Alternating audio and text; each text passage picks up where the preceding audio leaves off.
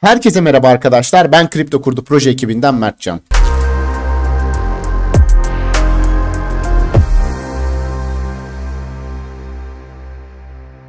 Sıfırdan ileri düzey teknik analiz eğitiminin ikinci videosuyla karşınızdayım. Geçen videoda destek direnç anlatmıştım. Eğer izlemediyseniz o videoyu izlemenizi öneririm. Bu bölümde ise trendleri anlatacağım arkadaşlar. İlk önce trend nedirle başlayalım. Trend herhangi bir finansal ürünün genel yönüdür arkadaşlar.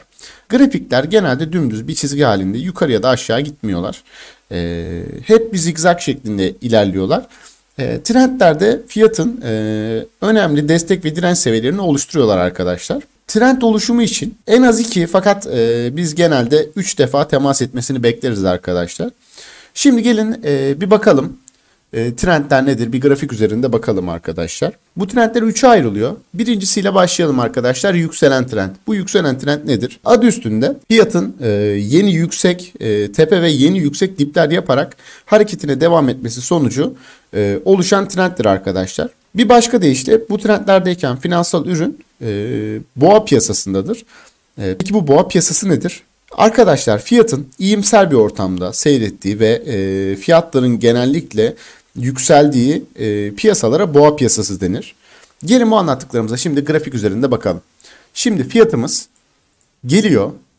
Şu aşağıya bakalım şimdi. Fiyat gelsin şöyle çıksın. Sonra böyle çıksın. Sonra böyle insin. Yani fiyat bunu yaptığında önceki tepenin üstünde, önceki dibin üstünde. Yani şu diplere aslında bakıyoruz.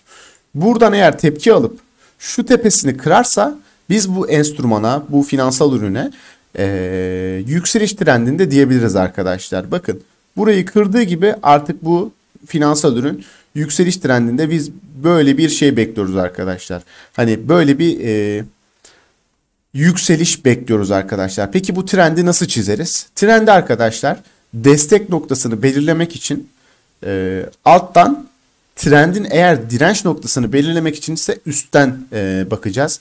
Gelin şimdi hep birlikte bakalım. Trend çizgimizi alıyoruz buradan.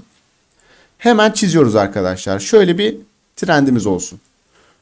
Şöyle bir trend çizgimizi çektik.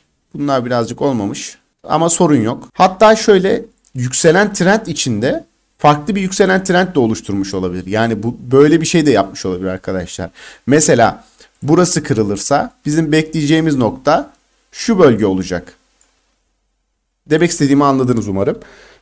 Yükselen trend budur arkadaşlar. Eğer direnç noktasını yani yükselen trendin direnç noktasını belirlemek istiyorsak bu sefer de yukarıdan bir çizgi çekmemiz lazım. Bir trend çekmemiz lazım. Bu da aslında trend noktamızın yani yükselen trendimizin direnç noktasını oluşturacak. Bakalım şimdi çekmeye çalışalım. Fiyat gelsin. Şöyle sürekli şuradan red alsın mesela. Burası da artık bizim direnç noktamız arkadaşlar. Şöyle kırmızı yapalım direnç noktamızı. Trendimizi de yeşil yapalım. Bakın arkadaşlar gelmiş destek bulmuş. Gelmiş destek bulmuş. Sonrasında farklı bir yükselen trend oluşturmuş. Yani yükselen trend içinde aslında bir yükselen trend daha oluşturmuş. Sonrasında bu aslında önceki küçük yükselen trendini kırdıktan sonra ana yükselen trendine geri dönmüş. Ve direnç noktalarında nasıl tepki verdiğini görebiliyoruz. Buna da aslında biz bir kanal diyoruz arkadaşlar. Yükselen kanal aslında bunun adı. Yani yükselen trendimiz var. Yükselen trendin direnç bölgemiz var. Ve bir kanal içinde ilerliyor arkadaşlar fiyat. Gelin şimdi hep beraber gerçek bir grafik üzerinde bakalım arkadaşlar. Nasıl oluyor, nasıl bitiyor bu? Evet arkadaşlar grafiğimizi açtık ve bir yükselen trend örneğini görelim hep beraber. Şu alanda bir yükseliş trendinden söz edebiliriz arkadaşlar. Şu an hemen trend çizgimizi alıyoruz ve şuradan hemen bir trend çekiyoruz arkadaşlar. Gördüğünüz gibi birinci temas, ikinci temas, üçüncü temas. Artık burada bir yükselen trendden söz edebiliriz arkadaşlar. Sonrasında eğer bu yükselen trendin altında şurada şekil 1A örneğindeki gibi yükselen trendin altında bir mum kapanışıyla bu yükselen trend kırılmış arkadaşlar. Ve artık bu yükselen trend desteğimiz dirence dönüşmüş arkadaşlar. Gördüğünüz gibi buraya her geldiğinde satıcılarla karşılaşmış. Yani artık burası bir direnç konumunda olmuş arkadaşlar. Hemen bir önceki örneğimize devam edelim arkadaşlar. Trendin üst bandını nasıl buluruz? Bu her zaman üst band olacak diye bir şey yok. Fakat gözümüze ilişirse eğer çizmekte fayda var. Direnç olarak çalışabilme olasılığı için. Şimdi gözüme şurası hemen çarpıyor benim arkadaşlar. Şöyle bir trend çizebiliriz aslında. Yani şu da bir trend çizgisidir. Ve gördüğünüz gibi tepe noktalarını bulmada bize yardımcı oluyor. Bakın arkadaşlar trend kaç kere çalışmış? Bir kere çalışmış. Burada 2 kere çalışmış. 3, 4, 5, 6 kere çalışmış arkadaşlar. Ve diyecek olursanız peki bu hep direnç olarak mı çalışacak? Hayır arkadaşlar. Eğer ki şu mumun yani şu trendin üzerinde bir mum kapanışı olsaydı eğer yukarısına mum kapatıp buraya artık destek bandı sayabilirdik. Fakat öyle bir şey olmamış. Destekteki trendimiz kırılmış ve artık destek direnç olmuş arkadaşlar gördüğünüz gibi. Arkadaşlar şimdi gelelim alçalan trende. Alçalan trend fiyatın yeni düşük tepeler ve yeni düşük dipler yaparak sürekli ya da genellikle düşmesi sonucunda oluşur arkadaşlar. Şimdi ayı piyasasında yani alçalan trendde bakalım nasıl oluyormuş bir bakalım arkadaşlar. Hemen buradan fiyat geliyor yeni düşük dipler yaparak ilerliyor arkadaşlar. Yeni düşük dipler yapıyor. Yeni düşük dipler sürekli böyle yapıyor arkadaşlar. Böyle yapa ilerliyor ve aslında burada bir trend oluşuyor arkadaşlar. Bakın şurada hemen bir düşen trendimiz gözle görülür şekilde şurayı hemen şöyle yaparsak eğer şöyle daha bir iyi olur. Bir tık kötü çizmişim ama olsun. Burası alçalan trendin direnç bölgesi arkadaşlar. Şöyle hatta kırmızı yapayım şunu. Burası bizim trendimizin direnç bölgesi. Alçalan trendimizin direnç bölgesi. Peki hocam bunun destek bölgesi nedir?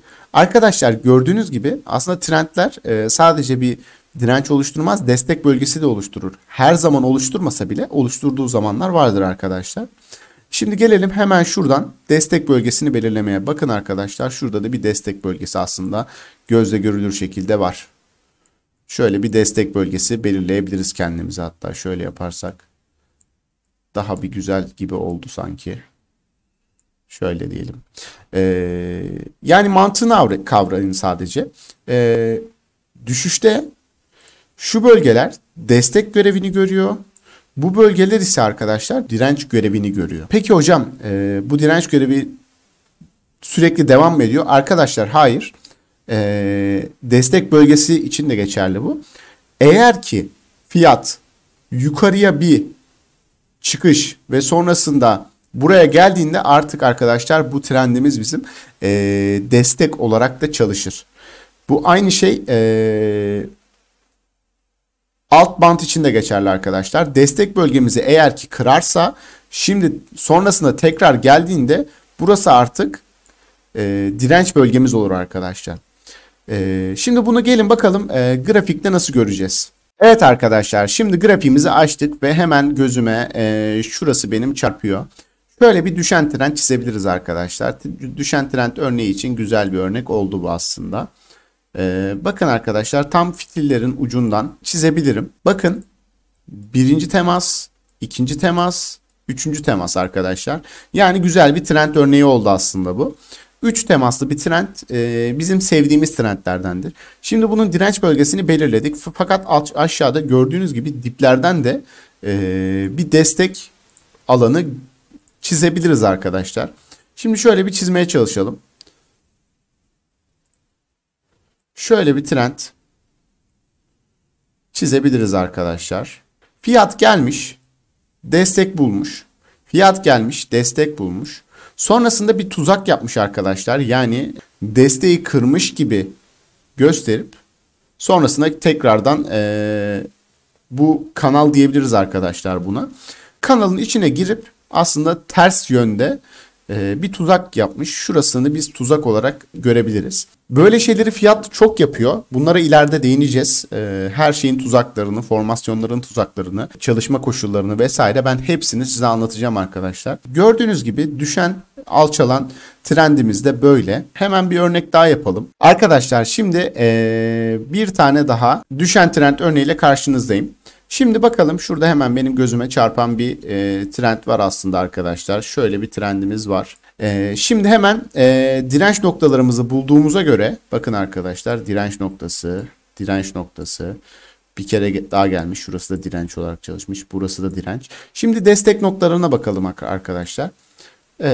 Hemen şöyle bir aslında şu dipten şöyle bir çizgi, yani şöyle bir trend çekilebilir. Daha düzgün olması açısından. Şöyle bir trend çizilebilir. Yani bir kanal çizdik aslında biz burada. Bakın az önce gösterdiğim gibi şurada da bir tuzak yapmış. Böyle tuzak yapmayı arkadaşlar çok sever fiyat. Bakın birinci destek, ikinci destek, üçüncü destek, dördüncü destek. Beşinci de yine destek buluyor ve sonrasında bir tuzak yapıyor arkadaşlar. Sonrasında tuzak yaptığı hareketin tersine doğru yola çıkıyor. Evet arkadaşlar, alçalan trend bu kadardı. Şimdi bir sonraki trendimize geçelim. Son olarak yatay trende gelecek olursak arkadaşlar, en basit şekliyle fiyatın iki yatay destek ve direnç arasında vakit geçirmesi diyebiliriz arkadaşlar. Şimdi bu ne demek? Fiyat geliyor bir noktaya, buradan ret yiyor. Buradan dirençle karşılaşıyor. Sonrasında buraya geliyor, sonra bir daha aynı yere çıkıyor. Sonra bir daha geliyor, bir daha çıkıyor. Sürekli bunu aynı şeyi yapıyor arkadaşlar. Sonrasında biz buraya artık direnç noktası diye belirliyoruz. Şu noktayı da destek noktası olarak belirliyoruz arkadaşlar. Sürekli bu fiyat yatay bantta, şuraları değdiğimizi düşünelim, yatay bantta devam ediyor. Biz bunlara arkadaşlar yengeç piyasası diyoruz. Yani genelde böyle söyleniyor. Çünkü sürekli yengeç gibi bir aşağı bir yukarı gittiği için böyle söyleniyor. Şimdi grafikte bakalım bu ne demek? Arkadaşlar bu yatay trende en güzel örnek Bitcoin'in yaptığı 2018'deki yatay bıktırma hareketi diyebiliriz. Şimdi bakalım. Fiyat geliyor şuradan, hatta şuradan alalım. Buradan direnç olarak çalışıyor arkadaşlar. Burada şurası direnç olarak çalışıyor. Sonrasında fiyat geliyor. Şurada da destek buluyor arkadaşlar. Bakın şu noktada bizim destek bölgemiz. Yani bir yatay bant arasında vakit geçiriyor. Bakalım ne kadar süre vakit geçirmiş. Yaklaşık 2 ay, 2 ay 10 gün vakit geçirmiş arkadaşlar. Gördüğünüz gibi fiyat bir yukarı bir aşağı. Bir yukarı bir aşağı. Bir yukarı bir aşağı. Sonrasında zaten bir tarafa sert olarak patlıyor arkadaşlar fiyat. Biz bu yatay trendlerde bunu bekleriz. Yani fiyat gelir. İki taraftan bir yere sert olarak patlayacak diye düşünürüz. Arkadaşlar bugünkü videomuz bu kadardı. Videoyu beğendiyseniz beğenmeyi, hala kanala abone değilseniz abone olmayı unutmayın. Sorunuz varsa yorum yapmaktan çekinmeyin. Hepsine cevap vermeye çalışacağız. Bir sonraki videoda görüşmek üzere.